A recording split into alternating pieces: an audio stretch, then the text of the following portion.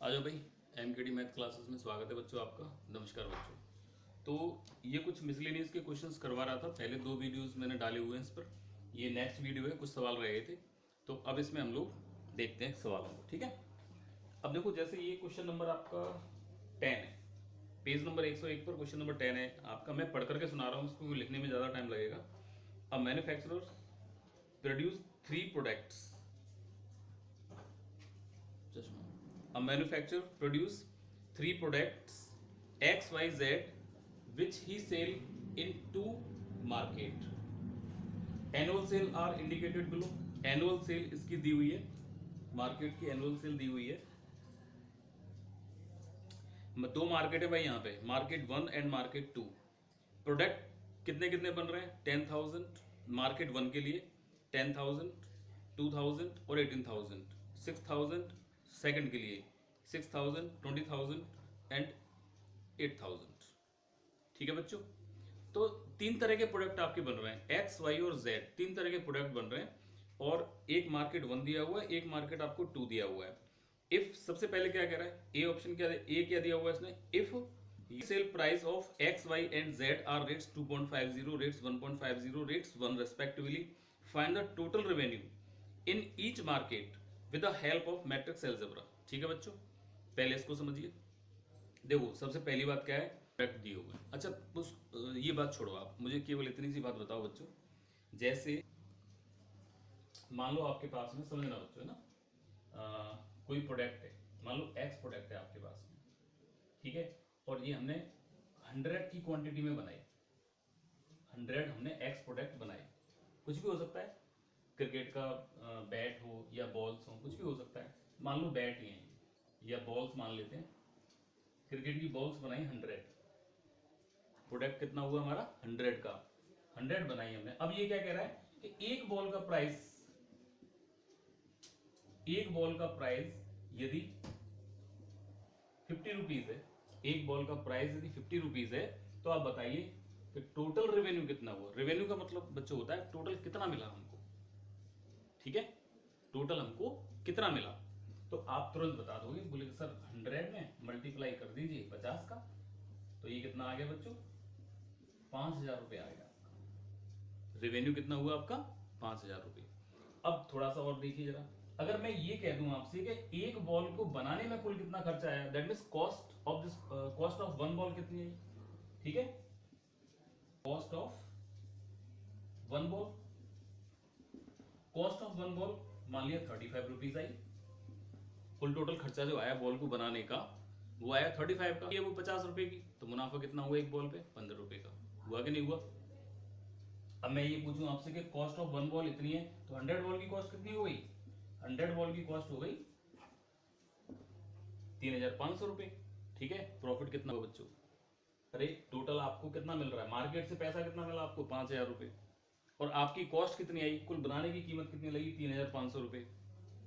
ठीक है, तो बाकी का आपका बचा कितना भाई, 1500 बचा के नहीं बचा, this is the profit. Okay, बस यही फंडा काम करेगा, इसमें और कुछ नहीं है। रेवेन्यू क्या होता है, रेवेन्यू का मतलब होता है कितने में बेचा आपने उसको, ठीक है, वो, और कितने प्रोडक्ट बेचे आपने, वो आपका रेवेन्यू हो गया। और कॉस्ट का मतलब क्या होता है, कॉस्ट का सीधा सीधा सा मतलब है कि उसकी मैन्युफैक्चरिंग कॉस्ट कितनी आई, उसको बनाने में कितना पैसा लगा हमारा। ठीक है, तो बस वही चीज है बच्चों इन दोनों मैट्रिक्स में। तो देखिए सवाल में क्या कह रहा है, सवाल में मैंने यहाँ पे एक तो सेल्स मैट्रिक्स ले लिया है, ए मान लिया है उसको। सेल्स मैट्रिक्स का मतलब क्या है, एक्स वाई जेड प्रोडक्ट हैं, वो उनका नंबर दिया हुआ है, x y z, x y z. ठीक है बच्चों, एक्स प्रोडक्ट कितने बने 10,000, वाई प्रोडक्ट कितने बने इतने, जेड प्रोडक्ट कितने बने इतने, एक्स दूसरे मार्केट के लिए, देखो मार्केट बने ये, दूसरे मार्केट के लिए इतने इतने और इतने बने आपके। तो ये तो सेल मैट्रिक्स होते हो गया आपका। ठीक है, ये सेल मैट्रिक हो गया, मतलब इतनी सेल करी हमने। और दूसरा यूनिट सेल प्राइस मैट्रिक्स, अब जो आप सेल कर रहे हो उसकी एक यूनिट का जो प्राइस है वो आपको ये दिया हुआ है, मतलब कि एक्स जो प्रोडक्ट बन रहा है आपका वो 2.50, 2.5 रुपए का बिक रहा है एक प्रोडक्ट, 1.5 रुपए का बिक रहा है, और ये 1 रुपए का बिक रहा है। बात समझ में आ रही है बच्चों? अगर आप देखो इस वाले फंडे को समझ रहे हो तो इस सवाल में कुछ नहीं है। इसमें मैंने क्या क्या बताया आपको कि एक तो टोटल कीमत, ये जो 100 बताया था ये क्या था आपका, सेल भाई, 100 बॉल बनाई, ये हो गई आपकी सेल, और ये जो बताया था मैंने आपको, यूनिट प्राइस कितना था 50, ठीक है, ये क्या हो गया इसका प्राइस। तो रेवेन्यू कितना आया, रेवेन्यू इज इक्वल टू आया आपका जितनी सेल हुई वो और जितना प्राइस है उसका, वो revenue is equal to sale into price होता है आपका, ठीक है। तो बस यही फंडा आप याद रखिए, इसमें सवाल आपका बन जाएगा। तो सबसे पहले आपसे क्या पूछ रहा है वो, सबसे पहले आपसे क्या पूछ रहा है बच्चों, देखिए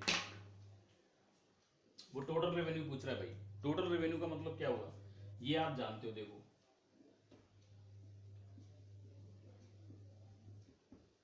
रेवेन्यू का जो फॉर्मूला होता है, रेवेन्यू का फॉर्मूला क्या है, जितना सेल हुआ और जो प्राइस है उसका यूनिट प्राइस, कैसा है यूनिट प्राइस, यहाँ यू लिखा हुआ है, यू का मतलब यूनिट प्राइस, ठीक है। बस ये फॉर्मूला इसमें यूज होगा भाई।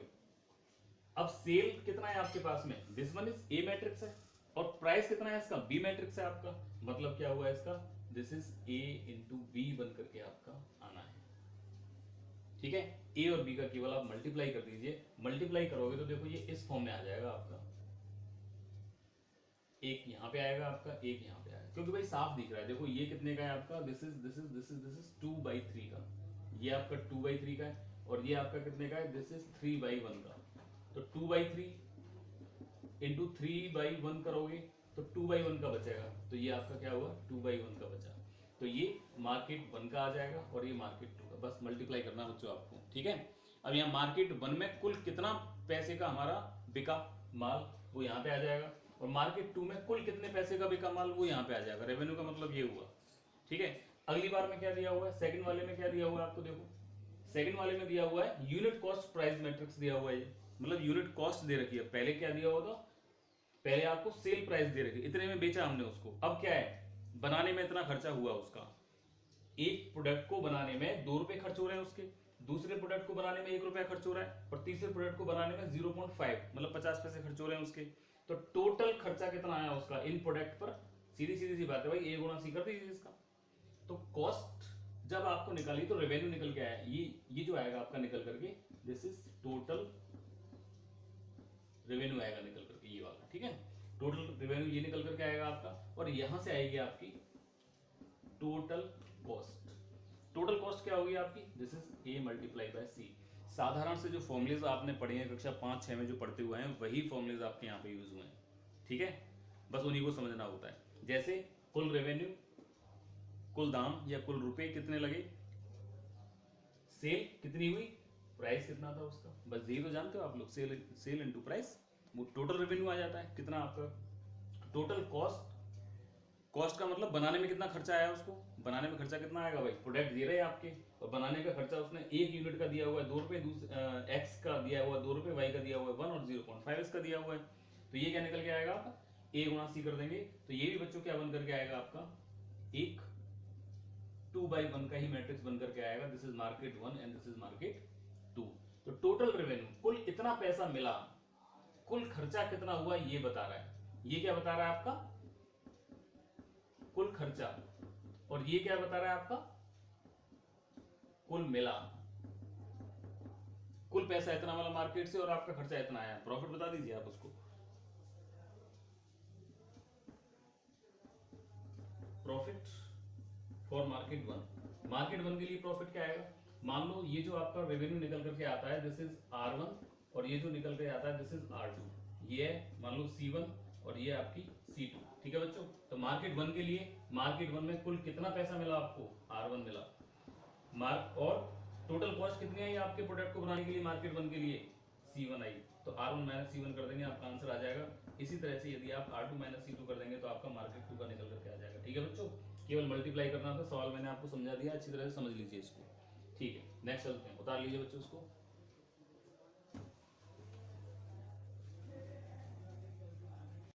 हाँ तो बच्चों ये देखिए, क्वेश्चन नंबर आपका 11 है, बहुत सिंपल सा क्वेश्चन है। Find the matrix x, x matrix find out करना है आपको, किस तरह से दिया हुआ है question number 11।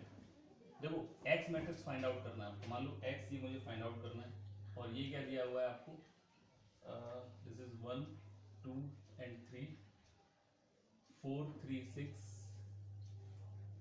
Is equal to -7 -8 -9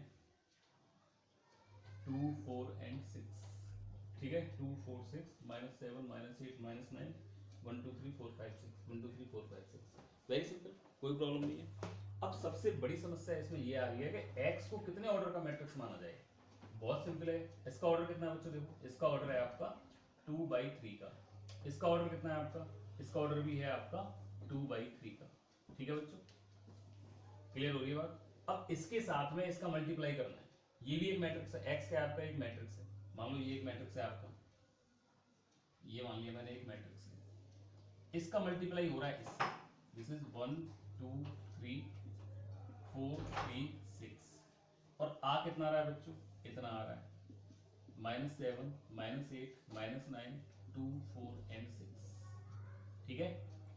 अब इसका ऑर्डर कितना था, इसका ऑर्डर है आपका 2/3 का, तो बताओ बच्चों इसका ऑर्डर कितना लेना पड़ेगा। बहुत सिंपल है भाई, इन दोनों का मल्टीप्लाई हो रहा है, पक्का हो रहा है, इसका और मल्टीप्लाई इससे हो रहा है, इसका और इसका मल्टीप्लाई होने के बाद में आपके पास में जो बचकर के मैट्रिक्स आ रहा है वो कितना है आपका 2/3। और ये आप जानते हैं कि यदि n गुणा n एक का ऑर्डर हो और n गुणा p दूसरे का मैट्रिक्स का ऑर्डर हो, तो जो बचने वाला मैट्रिक्स होता है मल्टीप्लाई के बाद में वो दिस एंड दिस होता है, क्लियर बच्चों। अब आप दिस एंड दिस करके देखिए जरा क्या निकल करके आता है आपका। अगर मान लो इसका ऑर्डर मैंने मान लिया पी क्यू है, मान लिया पी क्यू है इसका, तो P into q this matrix multiply by this matrix 2 into 3 is equal to 2 into 3 मेरा आना चाहिए। अब देखो ये तो आपका क्लियर होगा, मतलब कि Q बराबर तो कितना हो गया बच्चों, 2 हो गया। अब बाकी बच कितना आ रहा है आपका, दिस वन, P इंटू 3 बच रहा है, ठीक है, और ये बच करके ये वाला आ रहा है आपका, मतलब कि 3 तो है ही है, तो P बराबर कितना हो गया बच्चों, 2 हो गया, मतलब कि मुझे चाहिए 2/2 का मैट्रिक्स, ठीक है, 2/2 का मैट्रिक्स चाहिए। मान लीजिए element P Q P Q या X Y Z मान लो यार, X Y Z और इसको मान लिया P लाइन, ठीक है, बस हो गया सवाल। इसका मल्टीप्लाई करो, मल्टीप्लाई करने के बाद में जो मैट्रिक्स है उसकी कंपेयरिंग कर दो, इक्वेशन बनेंगे, इक्वेशन को सॉल्व कर लो, X Y Z और P की वैल्यूज को फाइंड आउट करके ऐसे ही रख दो, आंसर आ गया आपका, ठीक है। तो ये तो समझ में आ गया होगा, बस यही फंडा है बच्चों इसका। तो देखिए मल्टीप्लाई में करके दिखा देता हूं फटाफट से, this multiply this, this is x plus 4y, 2x plus 3y, 3x plus 6y, ठीक है बच्चों, this is z plus 4p, this is 2z plus 3p, this is 3z plus 6p। देख लेना बच्चों कोई गलती हो जाए तो। This is -7 -8 and -9, this is 2 4 and 6, हो गया बच्चों सवाल। अब क्या प्रॉब्लम है, ऑन कंपेयरिंग, कंपेयरिंग कीजिए इसकी, ऑन कंपेयरिंग किया आपने तो करस्पॉन्डिंग एलिमेंट कंपेयर हो जाएगा, that means x plus 4y is equal to -7 and this one is 2x plus 3y is equal to -8 and 3x plus 6y is equal to -9। एक तरफ से तो ये बन गया आपकी ये वाली कंपेयरिंग। अब यहाँ से कंपेयर करेंगे इसको, z plus 4p is equal to 2, 2z plus 3p is equal to 4 and 3z plus 6p is equal to 6, ठीक है बच्चों। यहाँ से आप x और y की वैल्यूज को निकालिए, यहाँ से आप z और p की वैल्यूज को निकालिए, 3 इक्वेशन है, कोई समस्या है नहीं वैल्यूज निकालने में। 10th लेवल पे आपने अच्छी तरह से पढ़ा हुआ है कि 2 इक्वेशंस को, 1 वेरिएबल के इक्वेशन को कैसे सॉल्व किया जाए। अगर फिर भी नहीं हो तो मुझे कमेंट करके बताना, मैं सॉल्व करके बताऊंगा आपको, ठीक है। ठीक है बच्चों, करें इसको, और x y और z p की वैल्यूज को निकाल करके इसी में रख देना, आपका मैट्रिक्स x फाइंड आउट हो जाएगा, ठीक है।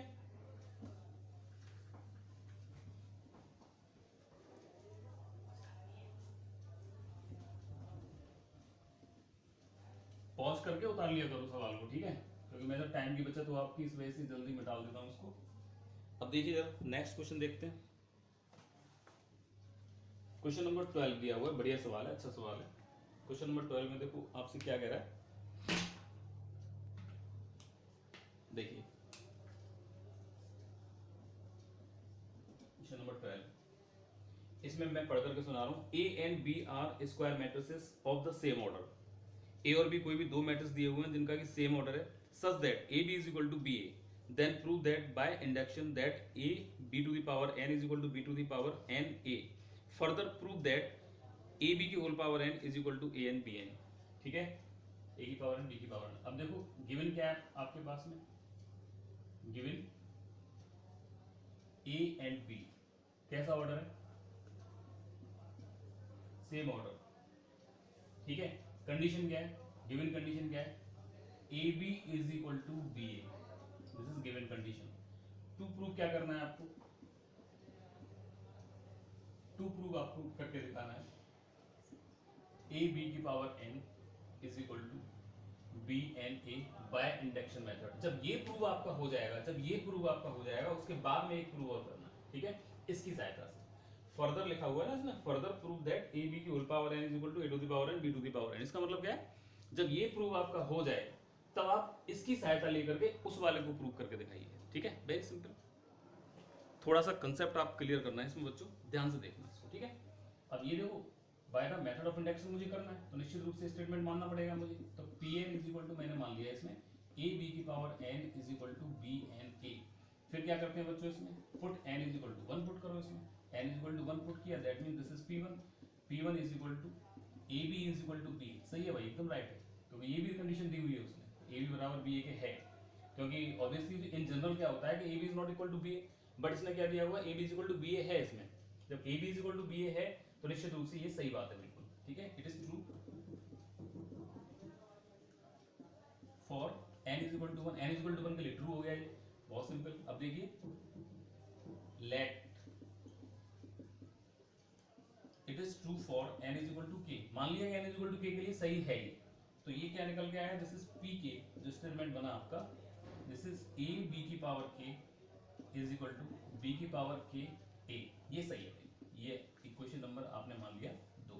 ठीक है, नाउ मेन चीज क्या है, now it is true for n is equal to k plus 1। अब हमको ये प्रूव करना है कि n is equal to k plus 1 के लिए भी सही है, यही प्रूव करना होता है इसमें बच्चों। मैथमेटिकल इंडक्शन बहुत सिंपल सा मेथड होता है आपका ये। ठीक है, अब n is equal to k plus 1 का मतलब क्या है, क्वेश्चन नंबर 2 में यहाँ पे p k प्लस 1 स्टेटमेंट जो आएगा आपका, वो आ जाएगा आपका a b to the power k plus 1 बराबर b to the power k plus 1 into a। समझ में आ गया बच्चों इतना? बस वही फंडा जो शुरू से करते हैं हम, LHS को लेकर चलेंगे, RHS को निकाल के दिखाएंगे। तो आपने LHS को टेक किया इसमें, LHS क्या है आपके पास में, दिस इज a b की पावर k प्लस 1। ठीक है, तो देखें थोड़ा सा इसको लेकर के चल रहा हूँ मैं। ठीक है, ये निकाल के दिखाऊंगा मैं आपको। तो यहाँ से मैं इसको कैसे लिख सकता हूँ, यहाँ से आप इसको कन्वर्ट कर सकते हैं a b की power k into b by b की पावर k प्लस 1। a की पावर m प्लस n का फॉर्मूला क्या होता है, a की पावर m इंटू a की पावर n, तो वो फॉर्मूला मैंने यहाँ पे पुट कर दिया, तो b की पावर k इंटू b, ये आपका यहाँ बन गया। मैंने क्या बताया था आपको, मैथमेटिकल इंडक्शन में जो आप लेट करते हैं उसका यूज कीजिए। ठीक है, अब देखो इसका यूज करूंगा मैं दूसरे वाले का, देखें जरा, ये है मेरे पास में बाय 2। अब मैंने क्या कर दिया इसमें, a into b, a into b की पावर k दिया हुआ है इज इक्वल टू b के a लिख दिया इसकी जगह पे। तो मैंने इसकी जगह पे लिख दिया, दिस इज, ये जो पूरी चीज है देखो बच्चों, ये वाली जो पूरी चीज है, इसकी जगह पे a b की होल पावर k की जगह पे b की पावर k इंटू b की पावर k इंटू a, आपका ये बन गया आपका। ठीक है, ये हो गया। अब यहाँ पे क्या है आपका, दिस इज b। ठीक है, तो यहां से ये आपका मेंशन हुआ। अब यहां से क्या बनकर के आया आपका, ध्यान से देखना बच्चों, यही समझने वाली बात है। अब ये क्या है आपके पास, ए बी बराबर क्या दिया हुआ उसने, बी ए। कभी भी आप मैट्रिक्स मल्टीप्लिकेशन को अपने दिमाग से ऐसे मत करते हैं। देखो सिंपल मल्टीप्लिकेशन तो ये होता है भाई, x इंटू वाई करा या y इंटू एक्स लिख दिया, कोई प्रॉब्लम नहीं है। सिंपल एल्जेब्रिक मल्टीप्लिकेशन ये होता है। लेकिन जब भी आप मैट्रिक्स को सॉल्व करते हैं, ठीक है, तो उसमें कम्यूटेटिव रूल को या इधर से उधर हटाने वाले प्रोसीजर को मत कीजिए, क्योंकि इसमें अलग से रूल्स आपके लगते हैं। तो यहाँ पे देखो, इसीलिए इसने यहाँ पे ये दिया हुआ a b is equal to B A, तो मैंने a b की जगह पे क्या लिख दिया, दिस इज बी ए। अब मैं इन दोनों को मल्टीप्लाई करूंगा, देखो तो अब मल्टीप्लाई किया तो कितना आ गया बच्चों, this is b k plus 1 into a, b k plus 1 into a आ गया। ठीक है। So it is true for n is equal to k plus 1 के लिए भी सही है। So it is true for all values of n which is belongs to natural number. ठीक है, उतारिए इसको। अब देखिए जरा, अब इसकी सहायता से हमको प्रूव करना है दूसरा। इसकी सहायता से हमको क्या करना है, इसकी सहायता का मतलब क्या हुआ कि ये जो आपने प्रूव किया है, एक तो इसकी सहायता लेंगे हम और एक इसकी सहायता लेंगे। ठीक है, ये जो प्रूव किया है आपने, इसकी सहायता से आपको ये प्रूव फर्दर कह रहा है आपसे। तो ये क्या दे रखा है इसने, सेकंड वाला ऑप्शन है आपके पास में, ए बी की whole power n is equal to a to the power n into b to the power n। ध्यान से देखना बच्चों, ये स्टेटमेंट मैंने मान लिया, pn स्टेटमेंट आपको कोई दिया हो, ये भी मैथमेटिकल इंडक्शन से आपको प्रूव करके दिखाना है। तो for n is equal to 1, देखिए n इज इक्वल टू 1 के लिए, n इज इक्वल टू 1 के लिए जब आप करेंगे तो a b is equal to a b आ रहा है, नहीं आ रहा बच्चों, सही है, इट इज ट्रू। अब क्या करना है, let it is true for n is equal to k। मान लिया n is equal to k के लिए भी सही है, तो आपका स्टेटमेंट क्या बना, this is pk is equal to a b की power k is equal to a k into b k। ठीक है, नाउ अब ये करेंगे, now it is true for n is equal to k plus 1। हमने मान लिया कि ये k प्लस 1 के लिए भी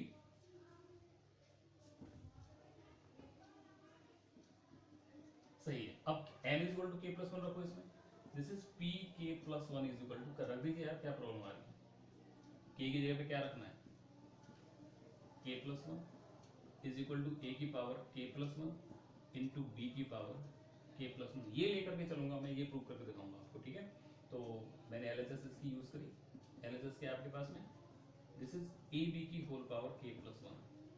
ठीक है, कैसे लिख सकते हैं बच्चों इसको, भाई a की पावर m इंटू a की पावर n वाला फॉर्मूला, तो आप इसको लिख सकते हो, दिस इज a b की power k into a b। ठीक है बच्चों, इतना आ गया a b की power k into a b। अब देखिए जरा क्या क्या इसमें आप यूज कर सकते हो।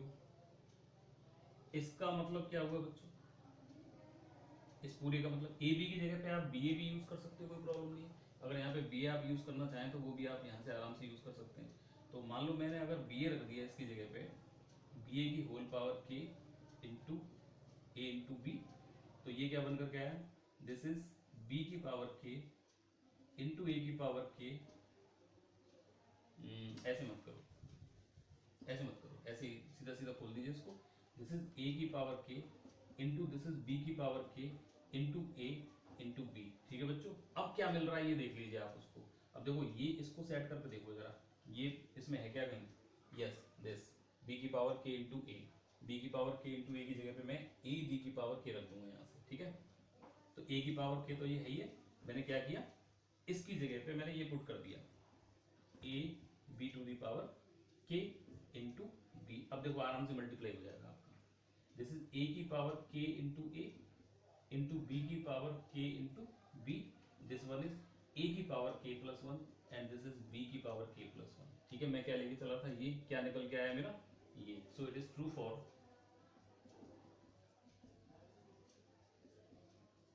n is equal to k plus 1, hence it is true for all values of n which are belongs to natural number। ठीक है बच्चों, तो ये आपका सवाल यहाँ पे बनता है, क्वेश्चन नंबर ये था आपका 12। लिख लीजिए बच्चों, बढ़िया सवाल है, इंपॉर्टेंट क्वेश्चन है, सीबीएसई बोर्ड परीक्षा में पूछा जा चुका है।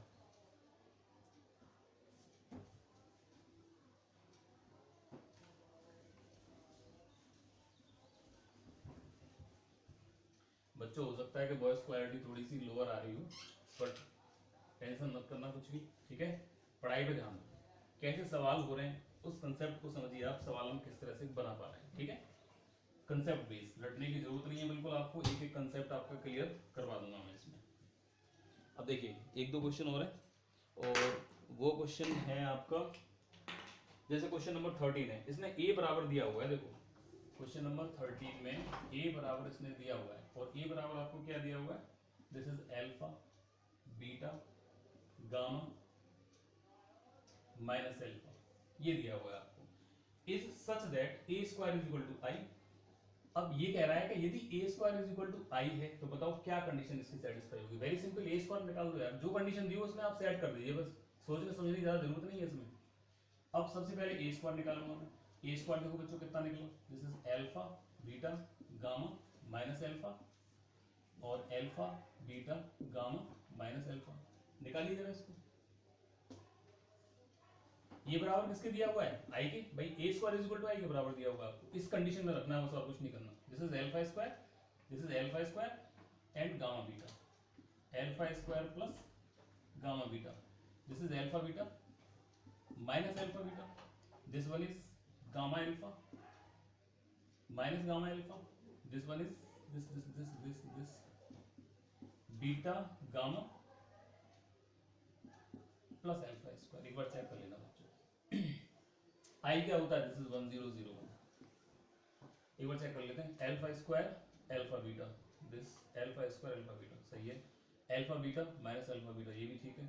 एल्फा गामा और माइनस का एल्फा गामा, ये भी ठीक है। This one is alpha beta, sorry beta gamma और प्लस का एल्फा स्क्वायर, ठीक है भाई, सब कुछ ठीक है। ये तो कटी गई आपकी, क्या क्या बचता है देखो, this is alpha square plus alpha beta, ये 0 के बराबर आ गया, ये भी 0 के बराबर आ गया। This one is beta alpha plus alpha square, ठीक है भाई, इज इक्वल टू 1001। कंपेयरिंग करो भाई, कंपेयरिंग जब आप करेंगे इसकी, दोनों की कंपेयरिंग किया तो ये बराबर इसके है, ये बराबर देखो एल्फा स्क्वायर गामा बीटा दोनों एक जैसे हैं भाई, कोई प्रॉब्लम नहीं है।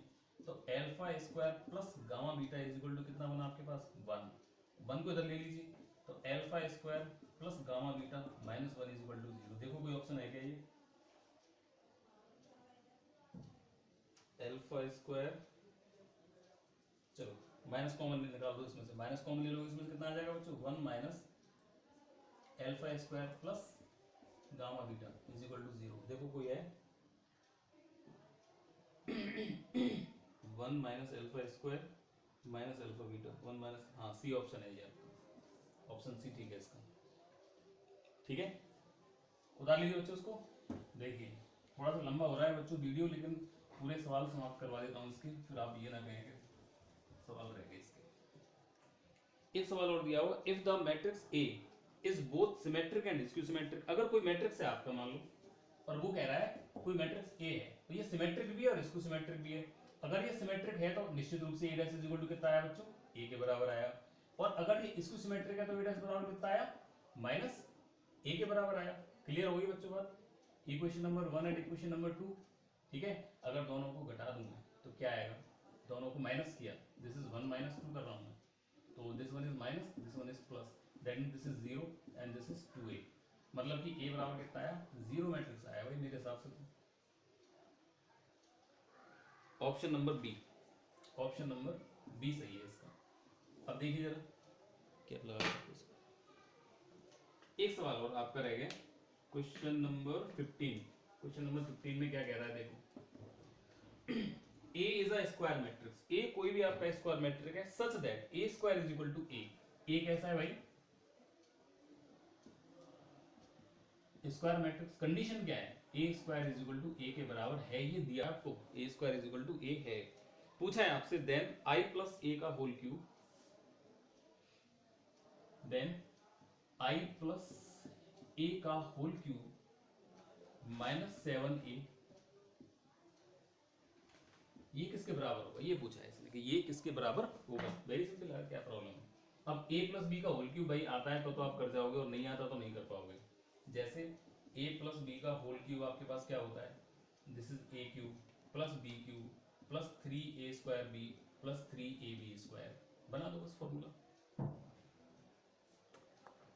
This is a plus B का whole cube, a plus B का whole cube, this is i cube plus a cube plus 3i square a plus 3ai square. देख चेक कर लेना भाई सही है कि नहीं। This is minus 7a, okay. I cube का मतलब क्या है, आइडेंटिटी मैट्रिक्स है भाई, कितनी भी बार मल्टीप्लाई करो आई ही बन के आएगा वो, चाहे 3 बार करो, चाहे 4 बार करो, चाहे 2 बार करो। तो ये तो आई का तो आई ही रहा आपका। This one is A cube है आपका, ये ए क्यूब को आप कैसे लिख सकते हैं, ए स्क्वायर इंटू ए की फॉर्म में लिख सकते हैं, प्लस 3 इसको आप आई ए लिख सकते हैं, प्लस 3 ए आई स्क्वायर का करेंगे ए की बराबर है आपका माइनस का 7 ए। अब ए स्क्वायर बराबर कितना दिया हुआ उसने, ए रख दीजिए इसमें, आई प्लस ए, इसकी जगह पे देखो आपने रखा ए, तो फिर दोबारा से ए स्क्वायर बन गया नहीं बन गया, और फिर दोबारा से ए स्क्वायर बनाइए तो फिर दोबारा से ए स्क्वायर की वैल्यू ए के बराबर हो गई। This one is A, this one is 3a। क्यों लिख दिया भाई, किसी भी मैट्रिक्स में यदि आप आइडेंटिटी मैट्रिक्स का मल्टीप्लाई करते हैं तो उस पर वैल्यू का कोई चेंज नहीं होता। जैसे a है, इसमें आपने i से मल्टीप्लाई किया तो दिस इज a, ठीक है। तो ये भी कितना बचा 3a, प्लस ये भी कितना बचा बच्चों 3a, माइनस ये कितना बचा 7। तो this is i plus 3a 1a, this is 7a minus 7a, you get i because zero cut जाएंगे आपके, ठीक है, क्लियर। तो बच्चों ये यहाँ मैंने आपको पूरी की पूरी मिसलेनियस एक्सरसाइज करवाने का प्रयास किया है, उम्मीद है कि समझ में आई होगी आप लोगों के। लेकिन बच्चों अगर समझ में देखो कुछ आ रहा है आप लोगों के तो कुछ मुझे भी बताया करो, क्योंकि मुझे भी तो ये पता पड़े कि मैं जो समझा रहा हूँ क्या वो मैं समझा पा रहा हूँ आपको या नहीं समझा पा रहा हूँ पूरा, ठीक है। तो ये अच्छी तरह से आप थोड़ा वीडियो को पूरा देखा करो, ठीक है, जो भी, क्योंकि मैं कंसेप्ट बेस से आपको क्लियर करवाता हूँ कि कंसेप्ट क्या है इसका। तो जब तक आप पूरा नहीं देखेंगे जब तक आपका कंसेप्ट क्लियर नहीं होगा, ठीक है। तो नेक्स्ट वीडियो में कुछ में डिटरमिनेंट के क्वेश्चंस हैं, मिसलेनियस के भी हैं, कुछ इंपॉर्टेंट क्वेश्चंस भी हैं, वो मैं आपको करवाऊंगा। जो बच्चों के कमेंट्स आए मेरे पास में वो सवाल मैं करवाऊंगा, ठीक है। नमस्कार बच्चों।